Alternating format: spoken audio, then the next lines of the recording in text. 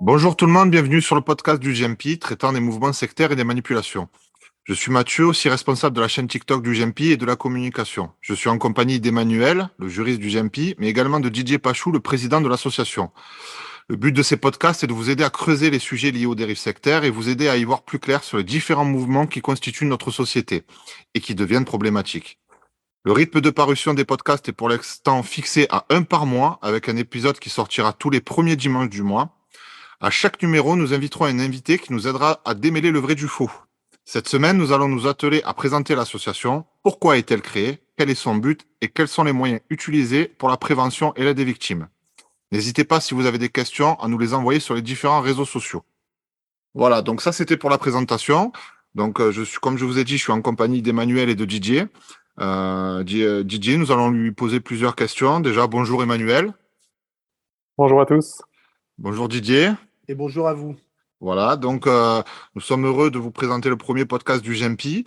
Donc, comme expliqué dans la présentation, le but, ça sera de faire un podcast assez régulier pour pouvoir parler de différents sujets. Donc, sur le premier sujet, nous allons évoquer le GMP pour vous expliquer quelles sont les actions du GMP et qu'est-ce qu'on met en œuvre pour les victimes, pour la prévention, etc. Dans le second podcast, on vous tiendra au courant du sujet en toute logique. Cela devrait porter sur les différentes thématiques liées aux dérives sectaires. Donc, cela peut être le New Age, les religions un petit peu radicales, etc., les discours alternatifs, le complotisme, etc. Donc, voilà. Donc, on va commencer. Donc, je te laisse poser la première question, Emmanuel. Première question, quel est l'historique de création du GMP? Alors, le GMP a été créé en 1988, ça fait un peu plus de 34 ans. Donc, l'époque était un peu différente. Et puis, je dirais que pendant 15 ans, le GMP a fonctionné avec quasiment 3 sous. On n'avait même pas de local ni rien. Mais néanmoins, je travaillais. J'avais une épouse qui me donnait un coup de main et puis quelques amis et c'était tout. Et bien sûr, on n'avait pas de subvention, rien du tout. Et puis un beau jour, on a commencé à avoir quelques subventions et donc la possibilité d'avoir un local pour nous réunir et pour travailler. Et donc là, le GMP a vraiment décollé. Mais il avait décollé avant, puisque dès qu'il s'est créé, il y a plein de gens qui sont venus voir le GMP parce qu'ils avaient des soucis, des problèmes de dérive sectaire. Parce qu'il faut savoir qu'il y a très très peu d'associations qui s'occupent de ce genre de problématiques. Voilà. Et aujourd'hui, le GMP donc, est l'une des quelques associations référencées sur le site de la Miviludes. Et je dirais que tous ceux qui font dans la lutte contre les dérives sectaires, qui aident les victimes aussi, connaissent le GMP en France. Voilà.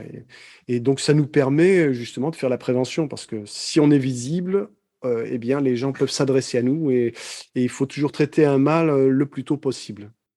Merci beaucoup pour cette question. Donc, on va passer à la deuxième.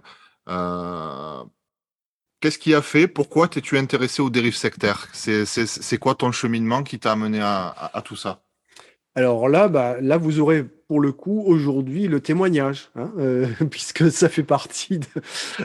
Donc là, en gros, il y a, je dirais, lorsque j'avais à peu près 19 ans, je me suis laissé embarquer par un ami qui était plus âgé que moi dans un mouvement fondamentaliste protestant. Pentecôtiste en plus, alors c'est un peu du jargon, mais les fondamentalistes protestants pentecôtistes, ce sont ceux qui, soi-disant, parlent en langue, on appelle ça la glossolalie, qui prétendent guérir, faire de la guérison divine, prophétiser, etc. Enfin, faire un tas de choses extraordinaires, un peu comme on le lit dans les textes anciens de la Bible. Et puis, j'y suis resté une douzaine d'années. Et sur la fin, je me suis aperçu qu'il y avait beaucoup d'incohérences, d'autant plus que je m'étais fixé pour objectif d'être d'être un peu pointu sur la doctrine, de comprendre mes croyances, sur quoi elles s'appuient. Et à force d'étudier aussi les autres croyances, les autres religions, je me suis aperçu qu'il y avait beaucoup de flou. Et donc, j'ai commencé à perdre la foi absolue qu'ont les fondamentalistes pour devenir un croyant plus modéré, hein, plutôt version un espérant plutôt qu'un croyant.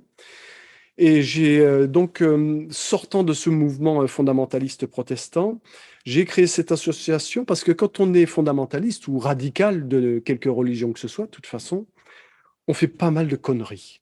N'ayons pas peur des mots. Et comme j'avais des enfants, c'était des conneries qui avaient, comment dire, des conséquences. Des conséquences que je regrette. Alors, ça n'a pas été catastrophique, mais ce sont des idioties, des âneries que l'on fait parce qu'on est fanatique, que des personnes normales ne font pas pour leurs enfants. Genre, quand on choisit un logement, on le choisit près d'une école, par exemple, voilà, qui a un bon niveau. Hein, on va pas se mettre voilà, n'importe où, n'importe comment. On ne se met pas à côté de son église. Hein, on se met là où ça va être le plus profitable. Et puis beaucoup d'autres erreurs comme ça commises dans ma vie qui étaient liées à ma croyance, et puis des comportements aberrants aussi. Et quand je m'en suis rendu compte, j'ai amené avec moi, pour créer, cette association, donc il y a plus de 34 ans, un ex-mormon que j'avais converti, à Ah, à donc, mon propre groupe fondamentaliste. tu Ah étais bah oui, rabatteur. ah bah oui, mais comme tous les fondamentalistes, bien sûr, ils ont la vérité, hein, Ouais. et les autres sont dans l'erreur. Et donc, il faut les sauver. Ah, Ah, on a une mission, hein. forcément. Forcément. Donc, j'ai créé cette association, sauf qu'on n'était plus en phase. Lui était toujours fondamentaliste et moi, j'avais fait beaucoup de chemin, j'avais pris beaucoup de recul et j'allais à l'église, dans une église protestante normale, voilà, que je vais pas nommer, je vais pas faire la pub non plus, Non, non, voilà, on aux va éviter. églises, hein. Mais néanmoins, voilà, une église normale.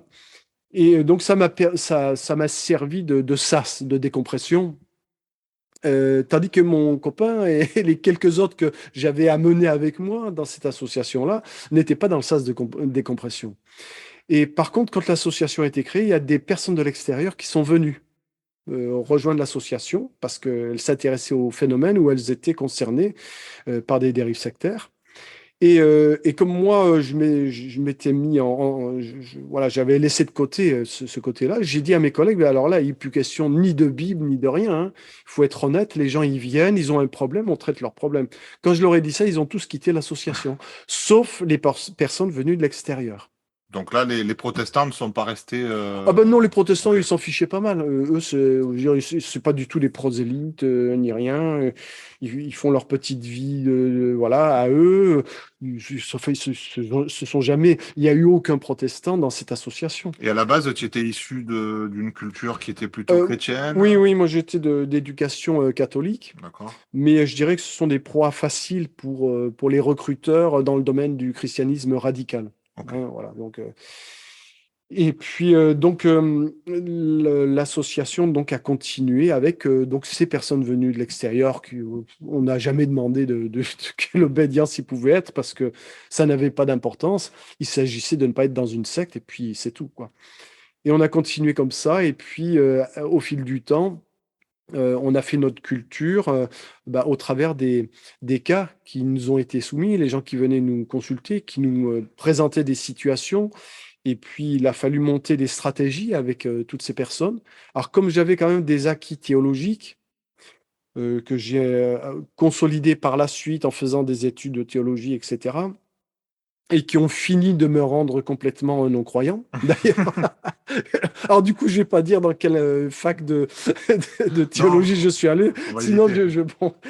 Tu vas te faire des ennemis. Ouais, non, donc c'est pas le but, j'en ai assez des ennemis. Donc, du coup, on partait pas à zéro quand même, et il y avait des connaissances qui nous servaient. Et puis ensuite, bah, ce sont justement ces cas sur lesquels il a fallu travailler, hein, ces situations particulières. Et donc, il a fallu nous documenter.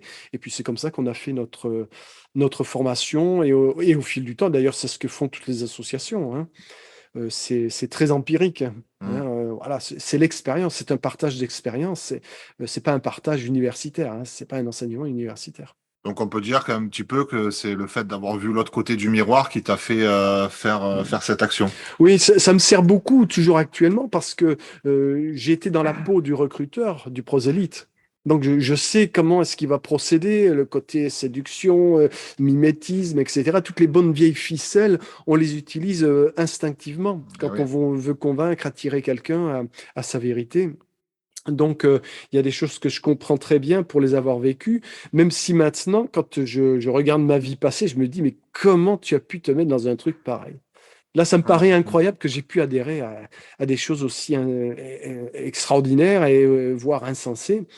Mais enfin bon, c'est comme ça. Comme quoi, ça peut arriver à tout le monde. Exactement. Sauf qu'à l'époque, j'étais quand même à un âge où j'étais peu averti de T'avais ce quelques genre de excuses. problématique. On a toujours des excuses parce qu'en général, on se laisse happer parce qu'on est dans des situations difficiles de la vie où il y a toujours quelque chose qui va Voilà.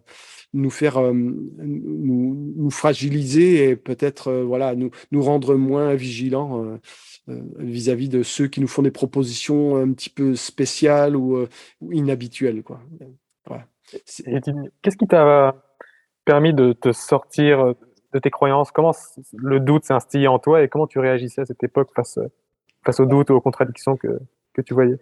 Alors, comme dirait Romy Sauvert, hein, cette fameuse sociologue qui a écrit hein, sur l'engagement et sur le désengagement des groupes sectaires, euh, Croire en l'incroyable, hein, c'est son ouvrage de base. En fin de compte, ce sont les expériences. Voilà, c'est le côté expérientiel qui m'a fait sortir du mouvement progressivement. Parce que, par exemple, une fois, lors d'un culte, il y a une jeune femme qui se lève et qui, bien sûr, sous l'impulsion de l'Esprit Saint, a une révélation, une prophétie et nous dit, c'était à Marseille, Dieu va frapper l'idole de la ville. Ah, Il va y avoir une catastrophe, fuyez. Ok, je prends note. Hein, en tant qu'adepte, c'est Notre-Dame qui a voilà, frappé, hein. évidemment à Marseille, c'est la Bonne Mère hein, qui Ou le est stade Élysée. Vélodrome, peut-être. Non, non, là je crois que c'était la Bonne Mère Ah, parce que elle trônait sur une colline hein, eh qui oui. domine toute la ville. Donc déjà j'ai observé que la prophétesse n'a pas pris ses valises et ne s'est pas expatriée. Le dimanche d'après, je l'ai retrouvée là. Donc déjà, Elle allait pas être frappée, elle, en fait. Elle était immunisée, peut-être. bah, je sais pas si Dieu nous prévient qu'il va y avoir un raz-de-marée, qu'il va y avoir une catastrophe et que c'est du vrai de vrai. Et qu'on a vraiment été contacté, bah, déjà, on va peut-être se mettre au vert hein, quand Ah, même, hein, oui, parce oui. que on peut toujours prendre des éclats. Hein. Elle avait des gris-gris, peut-être. Je n'en sais rien. Donc déjà, première chose, et puis le temps a passé, je suis allé voir le pasteur, je lui dis, mais dites donc, là, elle nous a fait une prophétie, mais on dirait tout à fait une fausse prophétie. Hein. Parce que ça vient pas, sa catastrophe, là, ça commence à faire, je sais plus, 2 mois, 3 mois, il y a toujours rien. Alors, qu'est-ce qu'on fait? On s'en va ou on reste?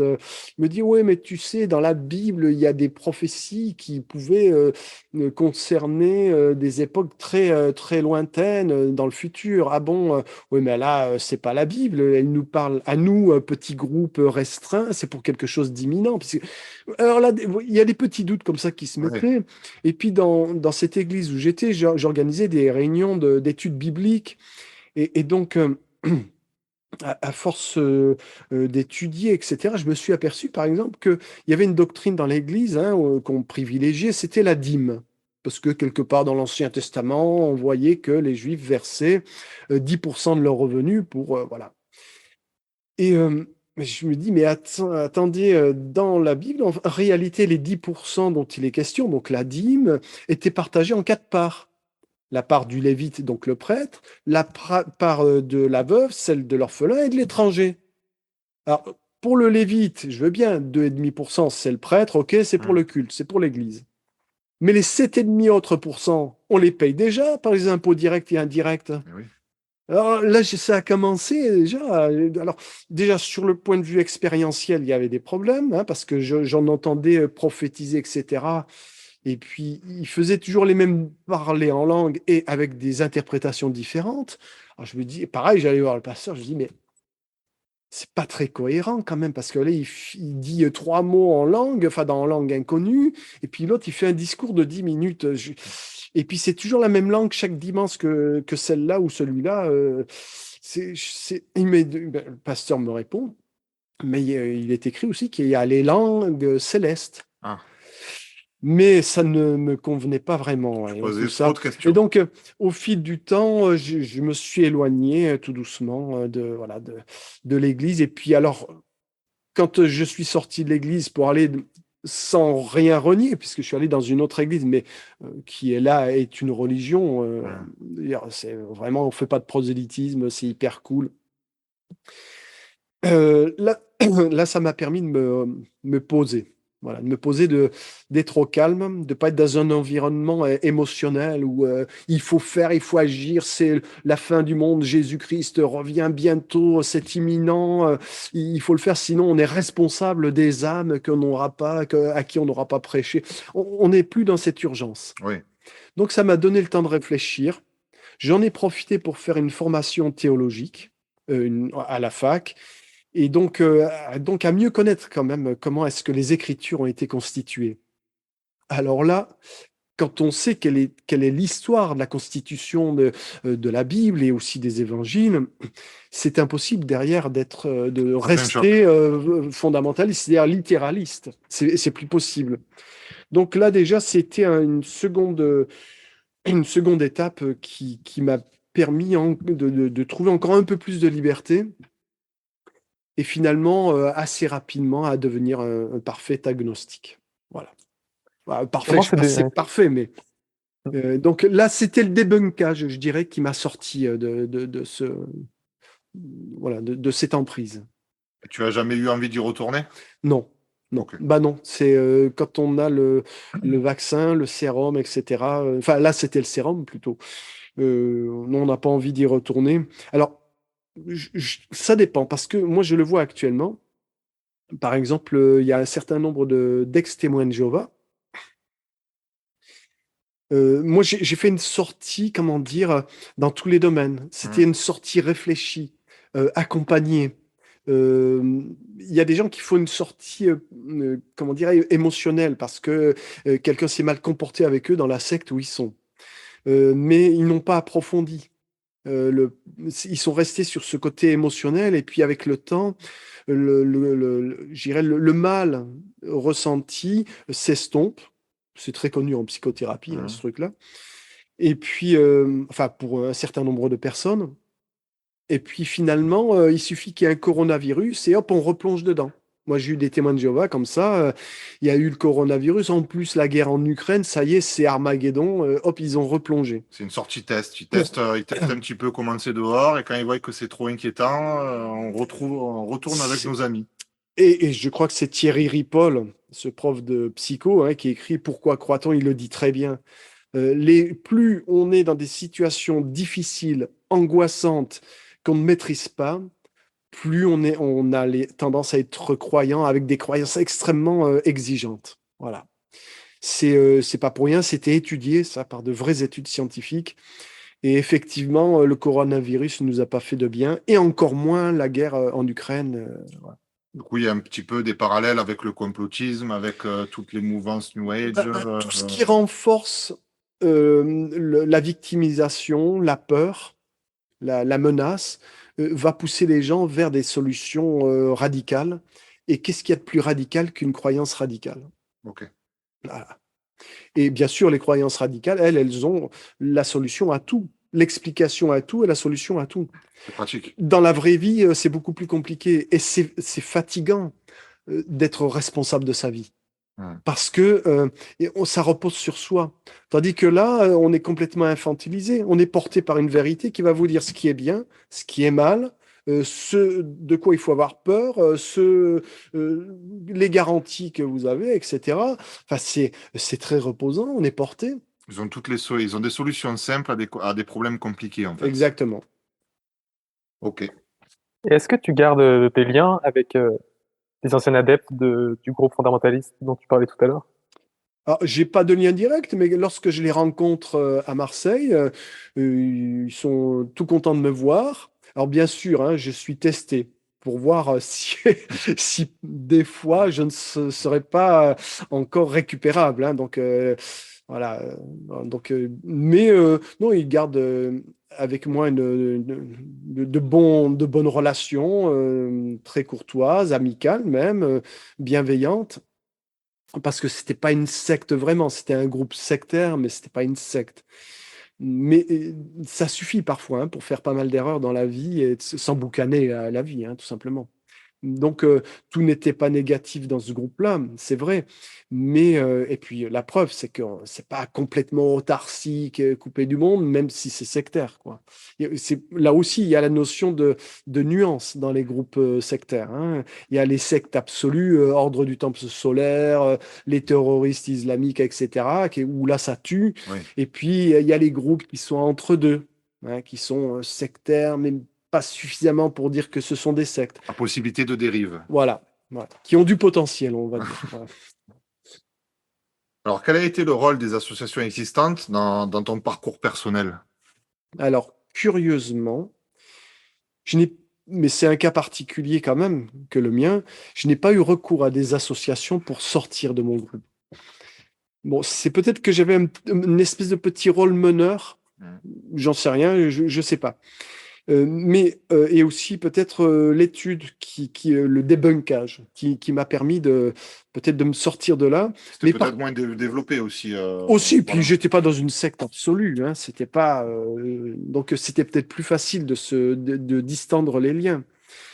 Il y avait c'était pas un mouvement avec un repli total, comme les témoins de Mhm. Jéhovah, on peut aller nulle part.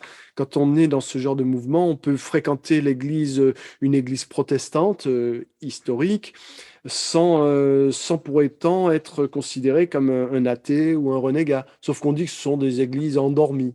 Oui. Voilà, hein. Mais donc c'est beaucoup moins sectaire que voilà, témoins de Jéhovah ou d'autres groupes qui sont très radicaux de ce côté-là. Voilà, donc il y a ça. Mais par contre, ça m'a bien servi lorsque j'ai créé le GEMPI. J'étais content à l'époque de trouver le CCMM Mhm. euh, qui m'a fait bon accueil.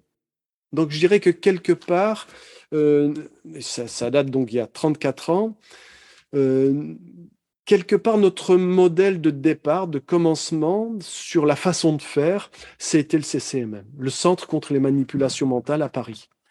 Ils t'ont donné la voie à suivre. Ils m'ont donné l'exemple et puis surtout l'accueil, etc. Et puis très rapidement la collaboration et je suis devenu adhérent et je suis toujours membre du conseil d'administration du CCMM d'ailleurs. Donc c'est une association, voilà, très très bonne association avec laquelle on a gardé beaucoup d'affinités. Bah, ça ne veut pas dire que les autres associations sont pas bonnes, c'est juste mon histoire, Oui. quoi, hein. Ouais. Et pourquoi tu crées, par conséquent, de créer une nouvelle association? Alors déjà parce que j'avais une vision particulière. C'est-à-dire, quand on s'agrège à une association, on s'intègre à un programme, à une vision. Moi, j'avais déjà ma vision. Localement, je n'ai pas trouvé de soutien d'association pour pouvoir peut-être m'agréger à une association. Donc, on va préciser que le GEMPI est situé à Marseille. Oui, on Et est à voilà, Marseille, et que les voilà. autres associations sont plus en région parisienne ou à Voilà, Paris. bah, l'UNATFIS et CMM, par exemple, sont sur Paris. Et donc, du coup, bah, je me suis dit, bah, on va créer notre association avec une philosophie.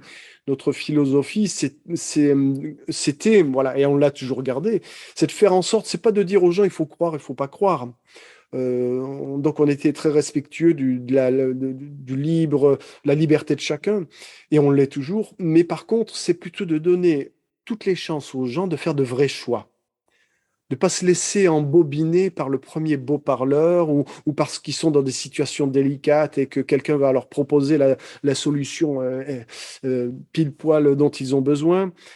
Finalement, donner aux gens les outils, les armes pour se défendre eux-mêmes. C'était notre philosophie de départ et on l'a gardée. Lutter Voilà. contre la manipulation, en quelque sorte. Donc, lutter contre la manipulation et puis aussi donner des armes aux gens, les rendre autonomes. Voilà, je dirais, c'est le fil conducteur de toutes nos actions d'ailleurs. On le verra tout à l'heure voilà, dans nos activités et nos projets. Qui puissent, quand ils sortent d'une secte ou d'un mouvement sectaire, ne pas retomber dedans, avoir les armes pour se défendre. Exactement. Déjà, déjà, ne pas entrer dedans, Mhm, donner des armes pour ne pas entrer dedans. Bien sûr, aider à la sortie, mais tout le monde sait à quel point c'est délicat. Et puis, lorsqu'ils sortent, eh bien sûr, conforter leur sortie et leur réinsertion dans la vraie vie. mhm. Voilà. Et du coup, est-ce que tu peux nous expliquer un petit peu quelles sont les actions concrètes du GMP en termes associatifs, en termes de lutte, Alors, etc. les actions, elles sont nombreuses. Et puis, bien sûr, comme toutes les associations, on reçoit les personnes qui se sentent victimes Mhm. d'une dérive sectaire. Donc, ça, on le fait depuis le début. Parce Tu que viens de dire qu'ils se sentent victimes. Il y a des gens qui sont victimes et qui savent pas qu'elles le sont. Alors, il y a tout. Il y a des personnes qui, vous savez, on a une capacité de résilience. C'est un mot que je déteste, mais je vais le dire Mhm. là. Une capacité à encaisser les coups. Et ben, c'est l'histoire de la grenouille dans la marmite d'eau chaude hein, ou d'eau froide qu'on fait bouillir tout doucement. Mhm. Donc, on a une capacité à supporter la souffrance lorsque on est bien entraîné, lorsque c'est progressif, tant et si bien qu'il y a des gens qui supportent l'esclavage toute leur vie sans voir aucun problème. Et quand ils en sortent, ils sont pas toujours conscients de tout ce qu'ils ont perdu, de toute la maltraitance dont ils ont été l'objet. Alors, il y a ceux-là. Il y a ceux aussi qui vont venir nous voir, alors, ils sont très peu nombreux, en invoquant le prétexte des sectes, etc., des dérives sectaires, pour arranger leur situation personnelle. Hein, du genre, j'ai un mauvais divorce, si je pouvais coller sur mon mari une histoire de secte ou quoi pour avoir la garde des enfants, ou ouais. Donc ça peut arriver, même si c'est extrêmement minoritaire, mais ça arrive. Et puis, il y a ceux comment dire, euh, qui, euh, qui sont conscients je dirais de la souffrance qu'ils portent avec eux, des dégâts qu'ils ont subis. Alors dans ce cas-là, c'est facile. Ils se posent Pour des questions et se pose des questions, on essaie de mettre des mots sur leurs souffrances, sur les causes, et puis aussi on les documente, on les accompagne parce que elles sont souvent fragiles psychologiquement, ces personnes-là, hein. Euh, Elles perdent parfois toute leur famille quand elles quittent la secte. Hein, on le voit pas seulement chez les témoins de Jéhovah, il y en a dans beaucoup d'autres groupes. Si vous quittez, on vous parle plus, hein, vous êtes pestiféré. Donc, c'est très douloureux pour ces personnes-là qui ont tous leurs amis, toutes leurs relations sociales dans le groupe sectaire. Donc, elles se retrouvent seules hein, dans la vie.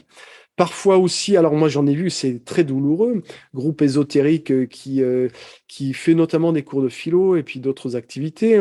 Un garçon qui était très engagé dedans pendant 10 ans, dans les années où on se forme, où on fait sa carrière, hein, de l'âge de 19 ans à 29 ans. Et il s'est engagé à fond, il était responsable et tout. Puis il s'est aperçu que c'était du flan. Et donc il a tout quitté, mais sauf qu'il se retrouve il n'a pas fait d'études, il n'a pas fait sa vie. Alors, il réussissait dans le groupe sectaire. Il avait l'impression d'avoir réussi parce qu'il était écouté, il était respecté, il était un cadre. Et il puis avait là, il rien se à voir. retrouve plus rien, rien du tout dans la société. Alors, pour récupérer les morceaux derrière, Ah ouais. c'est très, très dur. C'est très, très dur.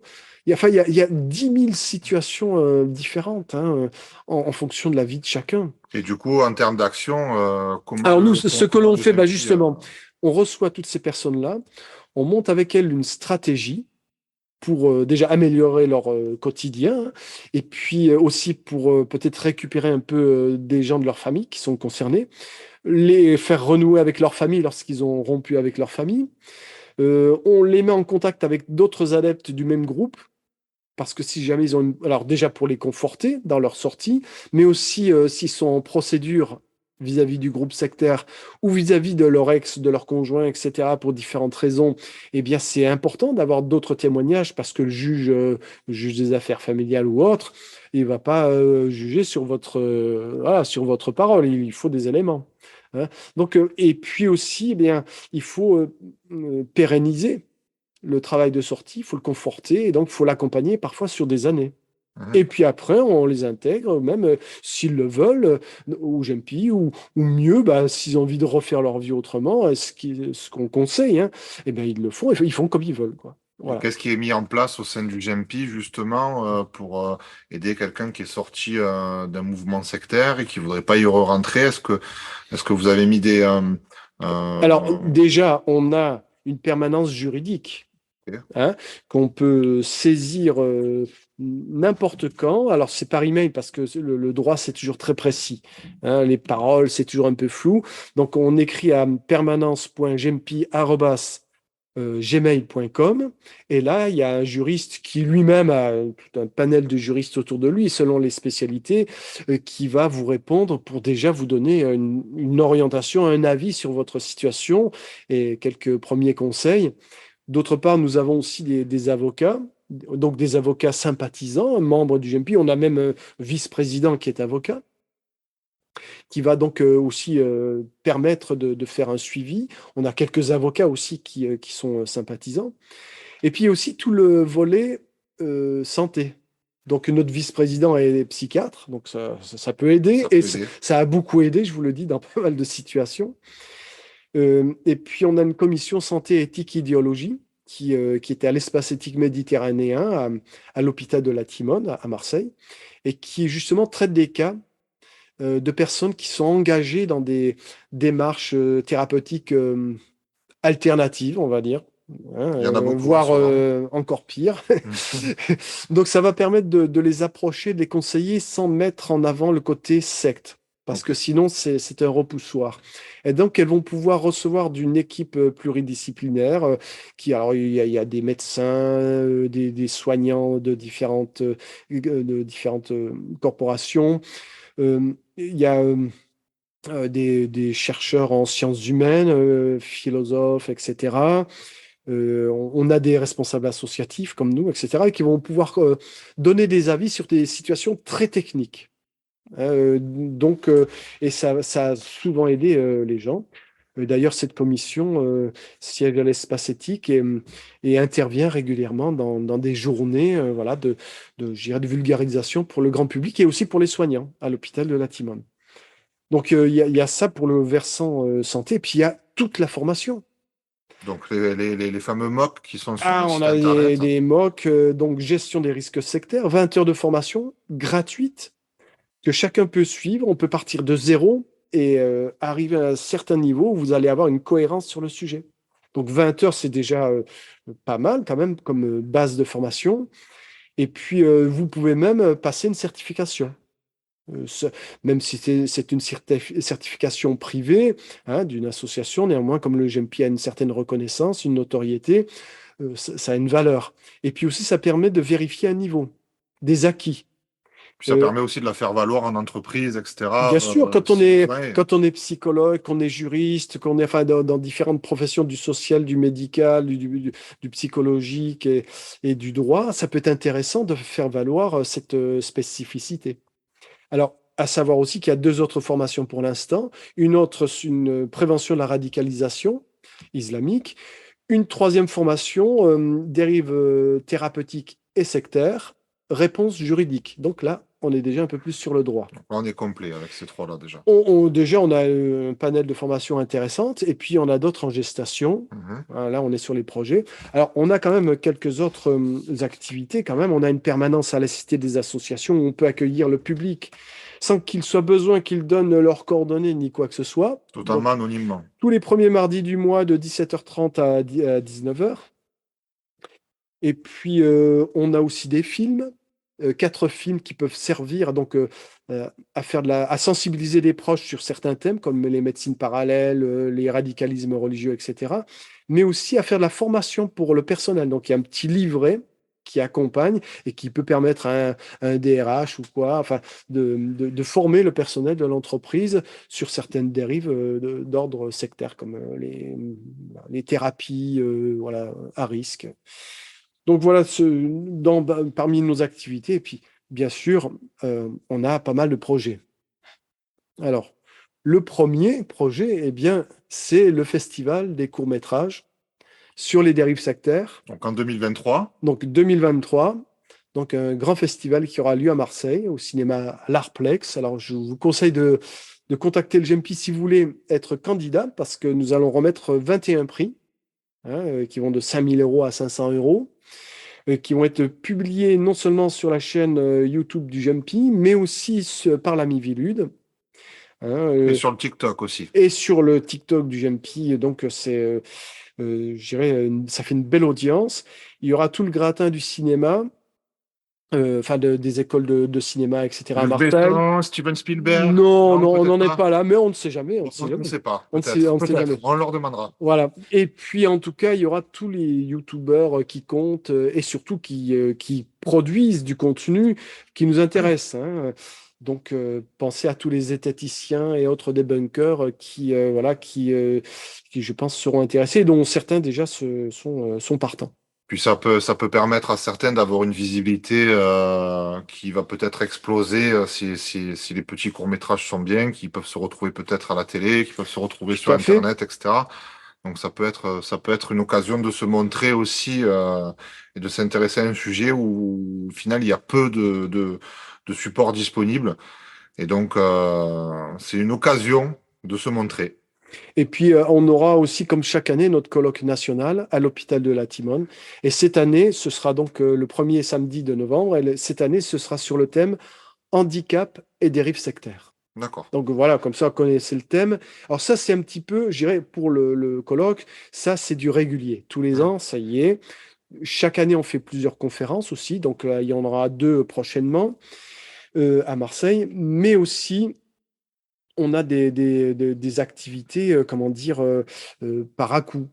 Donc, on a des opérations de formation, on a voilà, différentes choses. Et puis, 2 nouvelles formations, en tout cas, une sur le MOOC, et ça, c'est toi qui en parleras, Oui. sur un MOOC sur la formation en informatique, et aussi un MOOC destiné aux jeunes de 10 à 15 ans, on va dire. Voilà, donc celle pour l'informatique, ça sera essentiellement pour arriver à faire en sorte que les gens qui se sentent un peu lâchés dans tout ce qui est réseaux sociaux, ordinateurs, etc., puissent s'y retrouver et qui, par la même occasion, puissent nous aider aussi dans le combat contre les dérives sectaires et contre les gourous, les charlatans, les fake médecines, etc.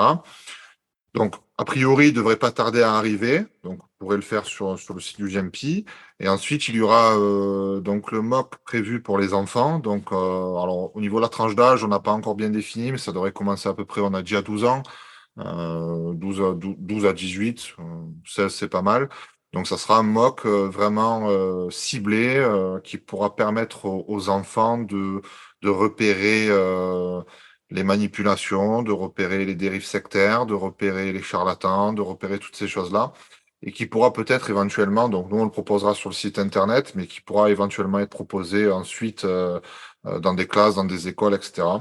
Donc on vous tiendra au courant des sa parution, en tout cas. Alors, j'ai oublié de parler quand même. On a un site internet, Oui, gempi.org, c'est vrai. voilà, il faut le dire. On a aussi une chaîne YouTube Sectinfo Gempi, quand même. On a aussi un Facebook, voilà. Et puis, comment dire, une revue trimestrielle découverte sur les sectes et religions qui finit toujours sur notre site en forme électronique et qu'on peut consulter au final. Et donc cette revue, quand même, ce trimestriel, elle est intéressante parce qu'elle traite d'un sujet, d'un groupe sectaire, très souvent, ou aussi d'une enquête dans un groupe. Parfois, on a fait des enquêtes dans des groupes, on a noyauté des groupes, on a fait une enquête journalistique dans des groupes, et puis après, on a donné le résultat dans cette revue. Et puis aussi une revue de presse très complète. C'est-à-dire que ceux qui lisent cette revue-là, tous les trimestres, ils sont dans le coup. Ils savent ce qui se passe au point de vue, enfin, pour l'essentiel, ce qui se passe dans le domaine des dérives sectaires, des charlatans, etc.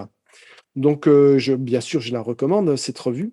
Puis, il faut savoir aussi qu'on est membre d'une fédération, une fédération européenne qui s'appelle la FECRIS, Mhm. Fédération européenne des centres de recherche et d'information sur le sectarisme, qui est une ONG auprès du Conseil de l'Europe et de l'ONU.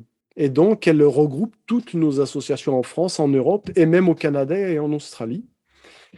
Et donc, c'est très important parce que très souvent, on traite des affaires au niveau local, mais les groupes sont internationaux.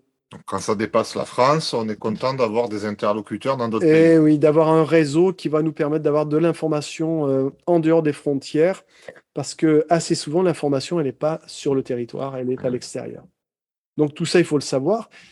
Et donc, ça sert à ça, une association. Donc, à communiquer toutes ces informations et accueillir le public. Et n'oubliez pas aussi la chaîne TikTok, donc qui fait de la prévention, de petites vidéos courtes en vous expliquant des algorithmes, qui débunk certaines pratiques. Donc le TikTok, c'est Gempi Association. Donc n'hésitez pas à aller jeter un coup d'œil. Peut-être, Didier, est-ce que tu pourrais nous expliquer quels sont les premiers réflexes à avoir quand une victime ou un proche tombe dans une croyance sectaire? Alors, parfois, ça ne se voit pas tout de suite. Mais si un proche change radicalement de comportement, hein, il a ses habitudes, soudain, il change radicalement. Alors, s'il est amoureux, c'est pas grave. Ou voilà, hein, ou s'il se met à faire du sport ou quelque chose. Mais par contre, s'il a un comportement inhabituel, ça vaut le coup. Ça vaut le coup d'essayer de comprendre pourquoi. Alors qu'est-ce qui rentre dans les comportements inhabituels? Un comportement inhabituel, c'est par exemple, il aimait faire du tennis, soudain, ça l'intéresse plus. Il lisait beaucoup de livres je sais pas, de philosophie, soudain, plus rien. Où on le voit plus. Un Il est changement radical. changement radical de vie, etc. Donc, alors là déjà, on peut se poser des questions. Changement d'alimentation. Soudain, il est complètement végétarien ou vegan, etc. C'est pas que ce soit interdit d'être végétarien ou vegan, mais c'est un changement de comportement soudain qui n'est pas venu avec une réflexion, etc., avec des discussions où ça nous a permis de comprendre. Ça C'est vient soudainement. un marqueur d'influence. Voilà. Et puis, donc là, déjà, il faut quand même s'intéresser. Et puis, si un jour il revient avec vraiment des choses plus explicites, c'est-à-dire un discours spirituel, religieux, un vocabulaire nouveau, alors là, il faut vraiment comprendre d'où vient le vocabulaire, à quoi est-ce que ça se rattache. Parce que ça peut être anodin, hein, attendez, hein, on a le droit d'adopter de nouvelles croyances, etc. Mais quand même, dans le domaine idéologique, il faut être un peu plus prudent.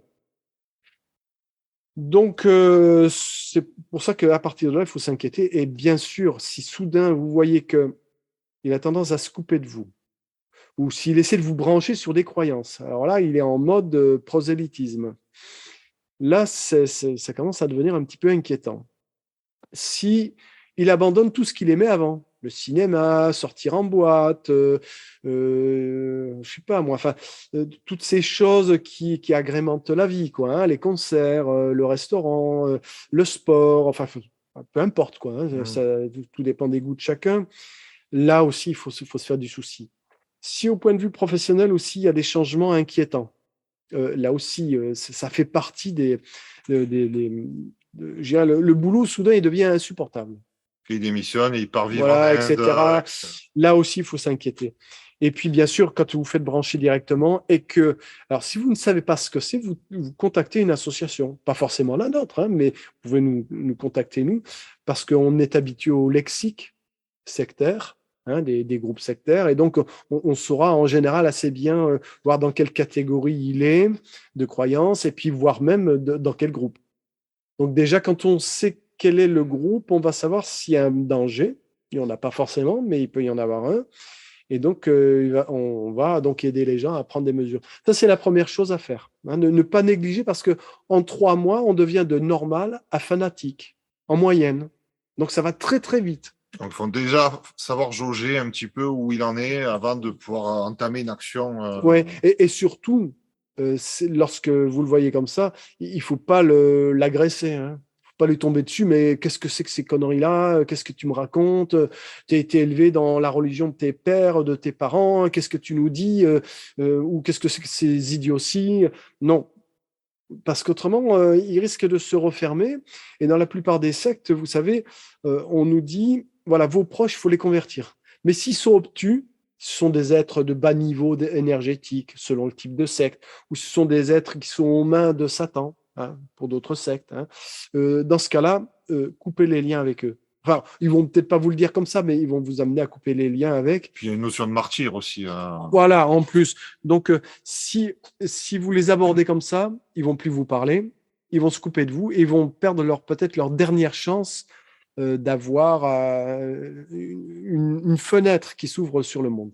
Et ils vont s'enfermer dans l'idéologie du groupe. Parce que le but pour les aider, c'est d'arriver à leur donner le doute. Alors oui, mais il ne faut pas leur donner tout de suite. Parce que si vous leur donnez tout de suite le doute, là, tout de suite, vous devenez douteux. Mais oui. Et il vaut mieux les amener à relativiser, faire l'innocent, les mettre leur donner l'impression qu'ils sont en position de force, qu'ils sont enseignants, sans agréer ce qu'ils disent, hein, mais de jouer le rôle du miroir pour eux. C'est-à-dire qu'ils vont vous dire un truc absurde, il ne faudra pas leur dire que c'est absurde, mais leur dire bah oui, mais je ne sais pas, on ne peut pas le vérifier, ça. Je ne sais pas. On ne sait jamais quand on est dans cette posture. On ne sait jamais, mais ça fait poser des questions et ça montre le côté faible de l'argumentation, mais sans le dire. Jamais, sans jamais le dire. Et toujours en laissant une porte ouverte à donner l'impression qu'on est faible et qu'il va pouvoir y arriver. Mais sans jamais y parvenir. C'est très délicat à manier, un adepte de. On arrive à faire en sorte qu'ils se posent les questions, mais eux-mêmes, voilà. sans qu'on leur faut rentre pas lui dedans. poser directement, parce qu'il y a des questions qui ressemblent à des critiques. Oui. Donc, il vaut mieux éviter. Et donc, ça va être très, très fin, jusqu'à ce qu'on sache dans quel groupe il est. Voilà. Hein, et c'est pour ça que c'est intéressant aussi de contacter une association, et c'est là qu'on partage notre expérience. Ça fait gagner du temps et éviter peut-être des comportements contre-productifs. Parce que l'embrigadement peut être rapide. Hein, ah oui, voilà. en 3 mois, on peut devenir fanatique. Okay. Ah oui, donc c'est pour ça qu'il ne faut pas traîner. Hein. Moi, je vois souvent les gens, ils nous contactent quand c'est trop tard. Et qu'est-ce qu'on fait concrètement quand on se rend compte qu'il est dans la... Alors, quand il est dedans, alors ça va dépendre du type de groupe. Hein, parce que quand on est dans un groupe monothéiste, en général, c'est exclusif. Il n'y a pas de vérité ailleurs. Enfin, je fais super simple, hein, je caricature. Puis quand on est dans un groupe panthéiste, genre New Age, bouddhisme, hindouisme, enfin, tous ces trucs un petit peu ou paganisme, eh bien, on peut avoir plusieurs appartenances. Alors, c'est encore plus compliqué. Parce qu'imaginons qu'il y a un de ces gourous qui déconne, les autres resteront valables. Mais oui. Donc là, c'est pour ça qu'après, la stratégie, elle va varier en fonction je dirais, du type de groupe, et puis aussi de la personne qui nous contacte, de son niveau, de sa capacité à réagir ou pas. Il y a des gens qui sont complètement démolis, et puis il y a des gens qui ont des ressources. Alors là, on va se servir de leurs ressources, on va les aider, les conforter, leur donner encore d'autres ressources externes, hein, pour les aider, que ce soit dans le domaine juridique, dans le domaine des connaissances qu'ils pourront acquérir pour gérer, parce que c'est eux qui sont en première ligne, hein, c'est pas nous.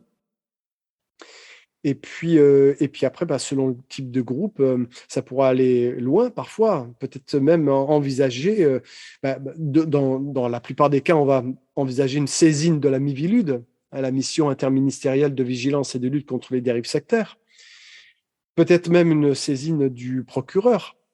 Enfin, ça va dépendre de la situation, mais la gravité. Mais c'est pas une majorité des cas. La plupart des groupes sectaires savent se tenir aux limites. Eh oui. Et ouais, évidemment. Mais ça n'empêche pas de manipuler, d'exploiter les gens jusqu'à une certaine limite.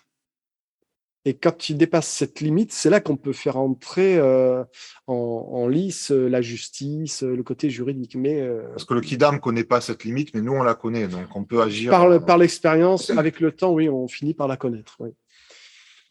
Donc, c'est une chose à retenir, quand vous avez un doute, en douceur toujours, ne négligez pas.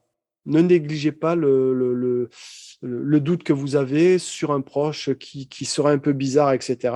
Ça peut être une fausse alerte, donc c'est pas grave. Et comme vous n'aurez pas été intrusif ni agressif, ça n'aura pas de conséquences. Hein, vous ne vous brouillerez pas avec. Mais si c'est un groupe sectaire, il faut faire vite. Parce qu'il peut nous arriver, par notre expérience, nos connaissances, etc., quand une personne est dans la phase juste de début de séduction, qu'on puisse la récupérer. Oui. Mais il faut faire très vite, hein, parce que Faut avoir les bons quelques semaines, arguments. voilà, il faut bien connaître les groupes. Hein, là, en quelques semaines, ça y est, c'est cuit après. Hein. Là, quand Oui. ils sont dedans, vous pouvez leur raconter tout ce que vous voulez. On n'a plus accès à leur, je dirais, à leur raisonnement. Hein. Ils sont dans une démarche complètement affective, et émotionnelle. Alors, oui, voilà, Il n'y a plus d'esprit critique. c'est comme un homme amoureux. Voilà, hein, je veux dire, il ne croit pas ce que va lui dire voilà, sa mère, lui dire fais attention, hein, parce que voilà. Voilà. T'as 50 ans, il en a 20, fais attention. Hein. Non, non. Voilà. Donc là, en substance, ce que tu dis, c'est qu'il faut agir vite et surtout contacter les bonnes personnes au bon Oui, moment. oui, Voilà, ouais, tout de suite, une association, faites association anti-secte ou un truc comme ça sur Internet. Vous en trouverez une près de chez vous. Si vous ne la trouvez pas près de chez vous, vous nous contactez, on vous en trouvera une. Et si ce n'est pas une association, ce sera un de nos correspondants. Voilà, on ne vous laissera pas vous dépatouiller tout seul. Voilà. Et, Petite question bonus, Didier. Est-ce qu'il y a une affaire qui t'a particulièrement marqué, par exemple, dans le cadre de l'association? Je dirais heureusement, heureusement, à la longue, comment dire, il y a tellement d'affaires douloureuses rien ne t'étonne. que, ouais, quelque part, c'est un petit peu comme les toubibs qui voient plein de malades tout au long de l'année, mais bien sûr, on est marqué parce que on voit venir les gens, quand on voit des familles complètement détruites, mais total billevesée au départ, c'est un truc débile. Ça fait mal, on se dit les enfants vont être trimballés à droite à gauche, ils vont être au milieu du conflit entre les parents, la mère, si c'est elle qui est endoctrinée, va leur bourrer le crâne, ça va être, ils vont s'appauvrir. Enfin, il y a des trucs infernaux qui se passent. Puis il y a même pire, et c'est là où j'ai été le plus choqué, ce sont les gens qui viennent me voir parce que voilà, ma fille était prise par un espèce de gourou guérisseur qui avait toute une panoplie de thérapies alternatives à sa disposition. Et puis elle a eu un cancer, elle ne s'est pas soignée. Et elle en est morte. Voilà. Il y a des trucs comme ça qui me marquent Mais là, on peut plus et rien faire. qui font que je continue parce que moi, je suis sorti d'affaires, je m'en fous, je suis à 34 ans derrière, je suis vacciné. Mais quand je vois ça, ça me file la rage. Donc, je reste. Voilà. Hein, coucou les sectes, je vous emmerde, je reste. Voilà. Petit message. Voilà. Mais parce qu'il y a des trucs que je trouve déjà de bousiller. Quelqu'un qui serait un maître de spirituel ou quoi, qui prendrait des précautions de ne pas esquinter la vie des gens qui le côtoient parce qu'il aurait une connaissance ou une sagesse ou quelque chose. Il ferait attention de préserver, de respecter la personne qui vient le voir. Quand bien même il aurait plus de connaissances que lui, pour l'amener à l'autonomie et non pas l'amener à la soumission à lui-même. Et là, je dirais, bon, bah, moi, j'ai aucun problème avec ça. Donc, un charlatan qui manipule Mais pas. par contre, voilà, les destructeurs, les charlatans, les mégalos, tous ces gens, les malhonnêtes, tous ceux qui mentent ou qui sont complètement illuminés, mais en plus imbus de leur pseudo-science, de leur pseudo-connaissance ou de leur pseudo-spiritualité. Alors, ceux-là, c'est eux qui m'encouragent à continuer. Parce que quand je vois les dégâts dans les vies, dans les familles, etc., voilà, c'est ça qui me fait continuer. Le souci, c'est que tous ces thérapeutes, tous ces gourous, ils ont l'impression de faire bien les choses, d'être avenants, de respecter les règles, etc. Et on le voit, c'est que c'est pas le cas. On n'attire pas les Voilà. mouches avec du vinaigre. Hein. Donc, moi, je le sais, de l'époque où j'étais moi-même prosélyte, je savais comment il fallait aborder une personne pour l'attirer. Hein. Donc, lui donner l'impression qu'on est pareil. Eh oui. Lui donner l'impression qu'on va avoir, déjà quand on a compris qui elle est, lui proposer un discours où il va comprendre que nous, on a les solutions à tous ses problèmes. Alors ça, c'est la plus belle imposture. Voilà. Quand on fait ça, déjà, et c'est ce qui se passe dans la majorité des cas. Sinon, on n'est pas face à une secte. Si quelqu'un est honnête et surtout équilibré psychologiquement, il va pas le faire.